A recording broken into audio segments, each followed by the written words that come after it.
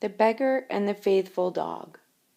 Telemachus returns to the family compound and is greeted tearfully by his mother and his old nurse Euryclea. A soothsayer has told his mother Penelope that Odysseus is alive and in Ithaca, but Telemachus does not report that he has seen his father. The suspense builds as Odysseus, once again disguised as a beggar, returns to his home, accompanied only by the swineherd.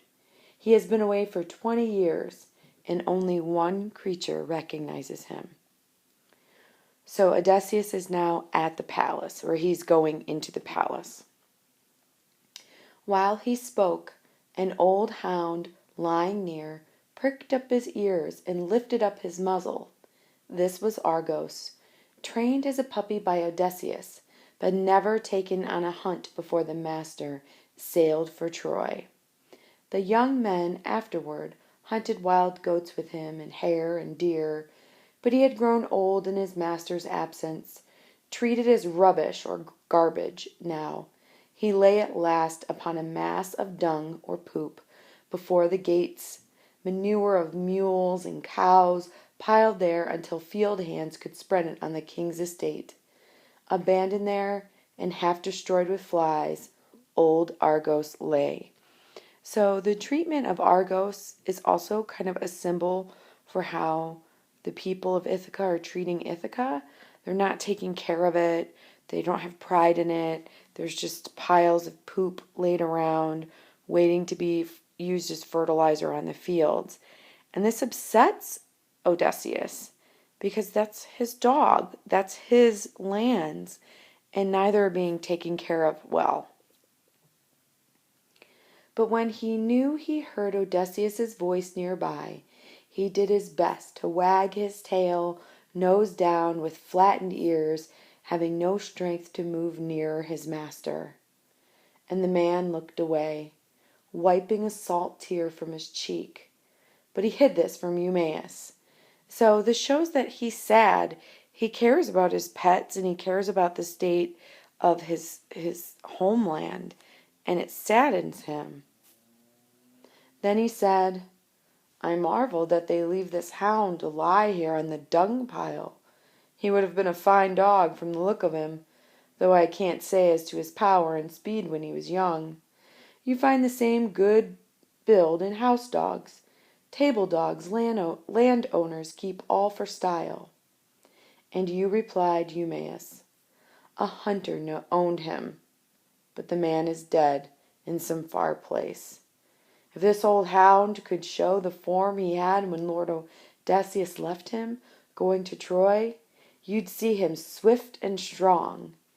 And this is ironic, because Eumaeus is talking to Odysseus about Odysseus and about how they think he's dead, when really he's living, and Eumaeus is talking to him right now. He never shrank from any savage thing he'd brought to bay in the deep woods. On the scent, no other dog kept up with him.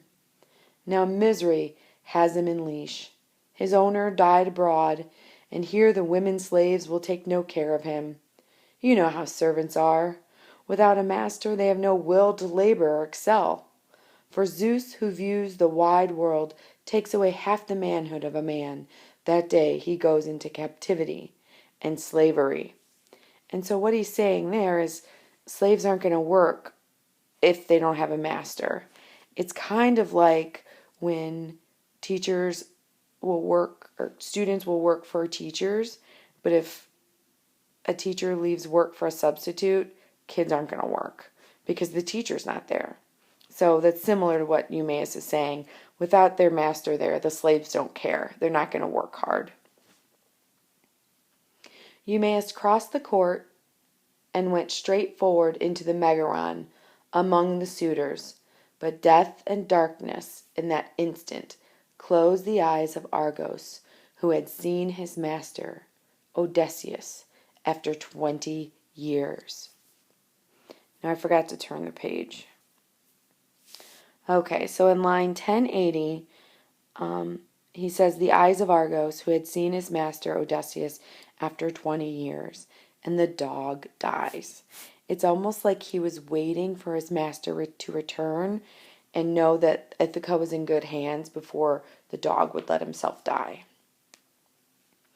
In the hall, the beggar is taunted or teased by the evil suitors, but Penelope supports him. She has learned that the ragged stranger claims to have news of her husband. Unaware of who the beggar is, she invites him to visit her later in the night to talk about Odysseus. Now this shows a lot about Penelope's character.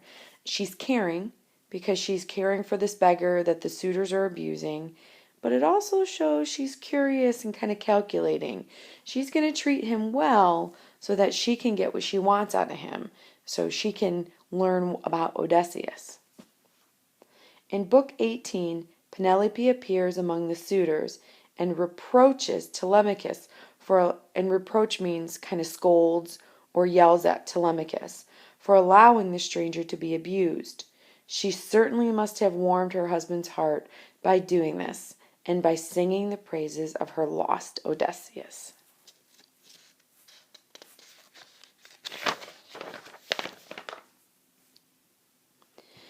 In Book 19, the suitors, I can't read that,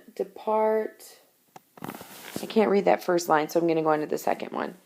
And Telemachus discuss their strategy. So Odysseus and Telemachus discuss their strategy. The clever hero goes appointed to Penelope with the idea of testing her and her maids. Some of the maids have not been loyal to the household and have even slept with the suitors. The faithful wife receives her distinguished husband. We can imagine the tensions Homer audience must have felt. Would Odysseus be recognized? The beggar spins a yarn about his origins, pretending that he has met Odysseus on his travels. He cannot resist praising the lost hero, and he does so successfully enough to bring tears to Penelope's eyes. We can be sure that this does not displease the beggar. The storytelling beggar reveals that he has heard that Odysseus is alive and is even now sailing for home. Penelope calls for the old nurse and asks her to wash the guest's feet, a sign of respect and honor. As Euryclea does so, she recognizes Odysseus from a scar on his leg. Now, Euryclea used to be Odysseus's nurse or nanny, and so she would recognize that scar from when Odysseus was a young boy. Quickly, Odysseus swears the old nurse to secrecy.